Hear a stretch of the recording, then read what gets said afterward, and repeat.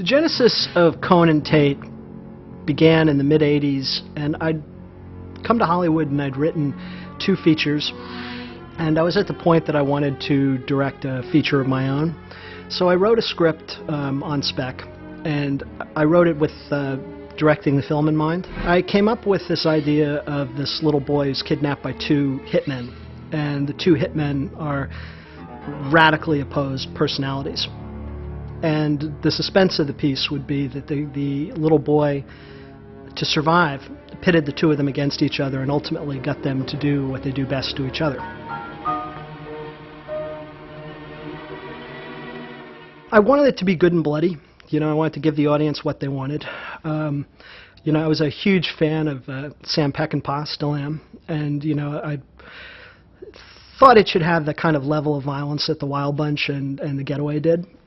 It's not really, I think by today's standards, all that graphic a movie. The original cut of the movie was much gorier, particularly in the opening shootout where Tate kills the FBI man and the 2 hitmen have their final shootout in the oil field. But there were other scenes in the movie that weren't. There were certain key scenes that were kept off camera. The mother's killing, where she basically gets her head blown off, was done off camera. And also Tate's ultimate death, where he's crushed in an oil rig, we didn't show it. And that was because I felt it's not how you show it, it's how you don't show it. And I felt that those scenes left to the audience imagination would have more impact. In the original cut, it was ultimately more violent than what was released. To give you an example is that when Cohen and Tate enter the farmhouse and they shoot the father and they put the wife under siege and they also shoot the FBI agent, that particular moment when he shoots the FBI agent, the immediate response of the next cut was him being blown out of the side of the house. But for the censor's point of view, we had to make some changes there. Also, we had to make changes when Tate starts to put the gun on the wife. We went through a whole thing with her pleading for her life and him saying, pretty please, and then him actually firing his shotgun, and then the blood splatter all over the kitchen. Cohen and Tate. It has a lot of the characteristics of a buddy-buddy film, except they're 2 really bad guys and hired killers. But they bicker and they're argumentative and then they bond. But when these 2 professional killers bond, it's usually some bad business results. We're dealing with immoral people as the characters, and I don't. It's not strange. If that's the way they are, then they're despicable, and you have to accept that and sit down and relax and enjoy the film. Give me that thing. So you're the guys, huh? We both have jobs to do. Your job is to look after the public safety. Don't worry about mine. Roy Scheider was my first choice for the role. I didn't write it for him in mind, but I always felt that Scheider, he had a quality of a samurai, and he played very heroic, kind of formidable roles, and he was very, very urban, and that kind of embodied the character of Cohen. In this business, they don't retire you to Florida. They don't give you any Social Security, and you don't get a gold watch. Roy Scheider. Well, his portrayal of Cohen was spot on. He was very intense. And the one thing I notice about Roy is his eye movement and just a lot of stillness at times, and also the way he communicated. He's the lead in this story, and everybody springboard off of his intent. Roy Scheider's dealing with this script, I thought, was so consistent. I was really surprised at how he was able to stay within his character. He was so cool. He was the character throughout, and I don't think he deviated for a moment. Put the gun down, Tate.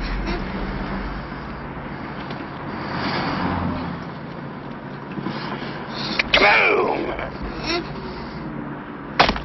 Up! Gun down! Down! The scene that he and I did, there was a moment there where I took a $20 bill from him. We both made eye contact, and it was sounds so... I mean, the moment was just so right that the communication was there, and boom, we were off, you know, doing the scene and stuff. But it was a moment there that was captured. Still looking back on it.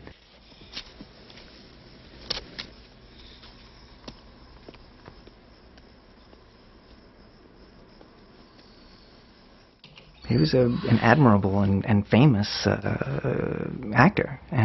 So he'd, you know, all that jazz and Jaws, obviously.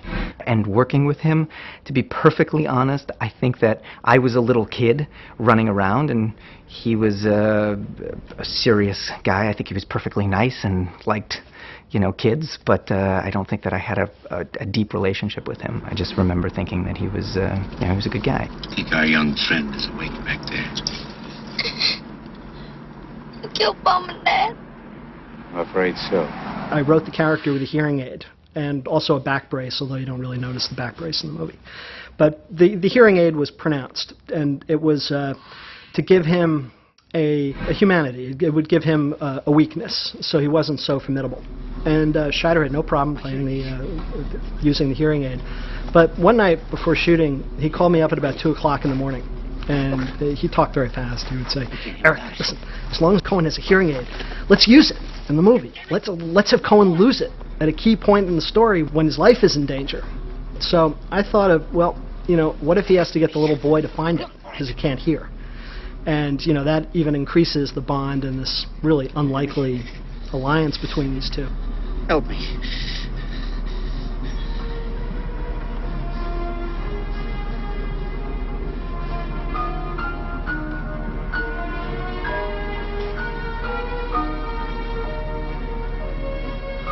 I thought that Cohen's hearing aid gave him a feeling and a look of normalism with all this nonsense going on around him and the anger and the shooting, and he just, I think that little piece of equipment in his ear made him feel like a regular person that I see walking the streets with hearing aids.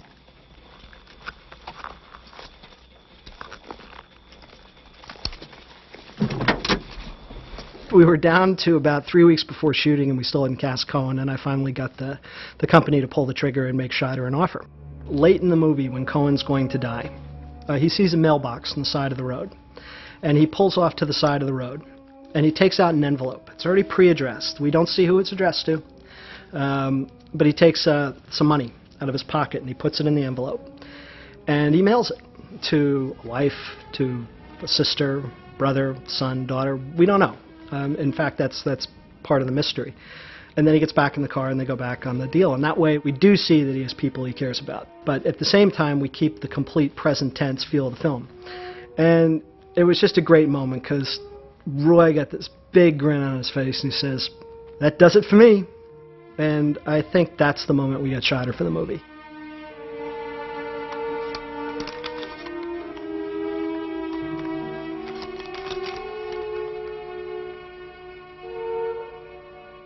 We'd cast Adam Baldwin first, actually, and then went through a process of looking at several other actors, the biggest problem being most of them couldn't hold the screen with Adam.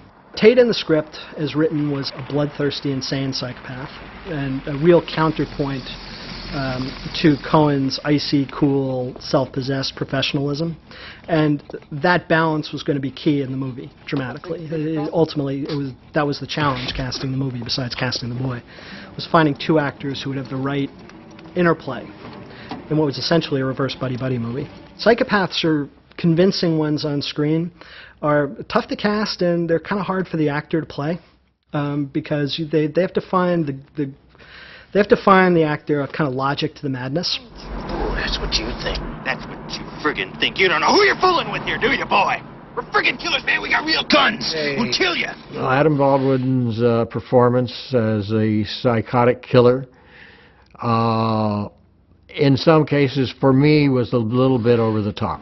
He initially portrayed, I think, what Eric had written in the script, but I think that sometimes they may have had a different opinion on the attack and the delivery of lines. You know, we had to cut some things down and play moments to get what Eric initially was looking for. Kaboom! He brought a sense of humor and a kind of twisted humanity to it. There was one moment, a little like Scheider with the mailbox, where he said to me, you know, I want to show one scene where you see a little bit what's going on inside this guy. So there was the perfect moment for it in the scene where after Travis spits in his face, you know, rather than just pulling the gun, Adam and I discussed having him just break down in tears. It's just this kid situation, it's all too much, and it's like, he has this scene which basically is like, you don't know what it's like to be me, man, you don't know, and it's scary and it's kind of repellent, but you see that, you know, this character, as one would expect, has a tremendous amount of pain. You don't know what it's like, man. You don't know what it's like. Adam Baldwin playing that part of Tate seemed to be one level and always angry, and I didn't see much real character in him.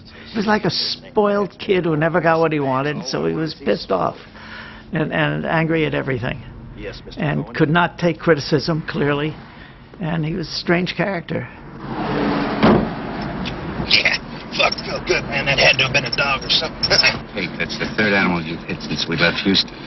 I know, I'm on a roll tonight. I remember Adam as being a huge guy, and I remember that the only thing that I'd seen him in was Full Metal Jacket as a kid, and so when I saw him as this sort of leather jacket bad guy, and he was so big, and he was so manly, that's my lasting impression of him as a kid, you know, is just this huge dude, you know. I didn't really expect him to be that because he plays somebody who's almost defective.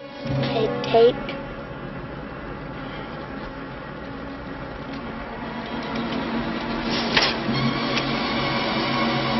You're dead. That's it. Wait! Travis was always going to be a very tough role to cast because, you know, this basically, we needed a young actor, probably very young, somewhere between 9 and 12, you know, who had the grit and the backbone and also the mettle to effectively portray, you know, a kid who's lost his parents, has had them basically been killed in front of his eyes, and is kidnapped by two hitmen and still has the wherewithal to marshal his strength and psychologically pit them against each other and survive this whole thing. We looked at a bunch of kids, and a lot of the kids they were fine, but they were child actors. As I recall, it took a while, and finally Ridley Scott referred Harley. He'd just done a film with him, Someone to Watch Over Me, and Harley tested, and he had a quality on screen at that age, which of his mind working behind his eyes. He had a very self-possessed quality that seemed way past his years. He doesn't think he can make it back with me. He knows if he kills me, he has to kill you too. My character was just supposed to be a really strong and resourceful, clever kid. And I don't think that there was a lot of ambiguity in that. You know, it's a very sort of straightforward, he's splitting up the bad guys and he's going to survive this ordeal. And it's supposed to be a kid who made it through this sort of treacherous episode. I tried to be professional as a kid, and long hours and, you know, a lot of night shoots. We certainly went past the hours that we should have worked with a child. We were shooting all night, and he had tremendous energy and was really up for it, but it was a very taxing shoot, I'm sure, for him, psychologically and physically, to perform. Those long night shoots in those cars were difficult. You know, you have limited freedom as a kid to move around and run around, and you have all this energy. I think it probably was tough on the other actors because, you know, you have this kid who wants to jump around and play and do stuff, and you're sitting in the back of the car for 8, 10, 12-hour days sometimes, and it was a drag. Real tired. I think you're not enough of it. I'm fine. For a little boy at his age to take on that part, he did a terrific job. Mr. Cohen, Yeah. who are these people you're taking me back to? Mob people. I don't know them. Oh, you probably don't. So then why do they want to talk to me? Well, the orders were to take out your parents and bring you back. Maybe they think you know something. But I don't know anything. Tell them that. Harley's Travis was so well done, I thought. I think he grasped the character. I thought at times he acted a little bit too adult for the age he was. He did a fine job, and his demeanor was perfect as far as I could tell. And I truly enjoyed watching him. The one scene that I had with Harley, we didn't say much at all. It was more in that the one scene there with the eye contact that we both made, and I can see him just looking at me, and it was a good moment there. Harley, an incredibly unique individual, somebody that I'd never met the likeness of anybody like him before. I was in the production office sitting on the couch, and he walks in with Adam Baldwin. And so you have this mountain, and you have this little peanut. And I said, "Hi, I'm Frankie, and you're Harley." And he said, "Yeah." And he said, "What are you doing in this film?" And I said, "I'm playing the highway patrolman." And he said, "Man, you're too big to be playing a highway patrolman." And I thought, well, don't say that, because I thought he could get me on cash. The thing that came out of Cohen and Tate for me was my relationship with Frank, which is ironic because his role as the highway patrolman is this sort of small episode in the film. When he came onto the set, he was this giant kid. He was just the friendliest, nicest, most playful, funnest if you're a kid, you know. He was great, and I remember, you know, spending all my time playing with Frank during that time that he was on the set. And many years later, we actually started a company together, and we've been business partners for the last 15 years. Tate detests Travis on some primal, unexplained level. The kid drives him crazy. He wants to kill the kid from the get-go. There's just something in Tate as a psychopath that can't stand the boy, and the boy, in fact, is much more mature than he is, and manages to push Tate's buttons very effectively. With Cohen, the boy forms a much more complicated relationship, and it's kind of the key relationship in the movie, because they form an alliance, and they have a rapport, and it's not a friendship, but there's an understanding between the two of them, and kind of a respect. That was my favorite relationship in the movie. I love this sort of strange, unlikely bond that this hitman and his captive have, and that's ultimately resolved in the final frames of the film. I don't think we ever expect Cohen to kill Travis. You know, he at no point in the story is he planning to kill Travis. That's not his job. His job is to get the boy back to Houston and deliver him over to the people who hired him. And Cohen is all about the job. That's what keeps him going. That's what he's determined to do. He wasn't paid to kill the kid. Knowing Cohen, he probably wouldn't have taken the job if that's what it entailed. I don't think it comes as a surprise that he doesn't kill the boy. His killing himself was supposed to be abrupt and shocking, but it's keeping with his character. He's a samurai, and he makes the choice to commit hara-kiri, to die by his own hand. The film is about, for me, is survival of the fittest. It's about going through an kind of unimaginable ordeal and being strong and thinking and pushing through and overcoming adversity. And that's the kid's journey. When you make your first movie, when you direct your first film, you don't have the kind of the experience that you do, of course, after making a few more films. But in some ways, you do a lot of things more originally, mostly because of ignorance. You know, you don't really know the proper way to shoot this or that, so you shoot it in the way that it looks right. And for this reason, I actually think that the first picture you make is, in some ways, your best, because it's you're just kind of following your instincts, and you do things that you would not do later. So, I mean, I'd still make Cohen and Tate now, but it would be a different movie, and I don't know that it would have the same style.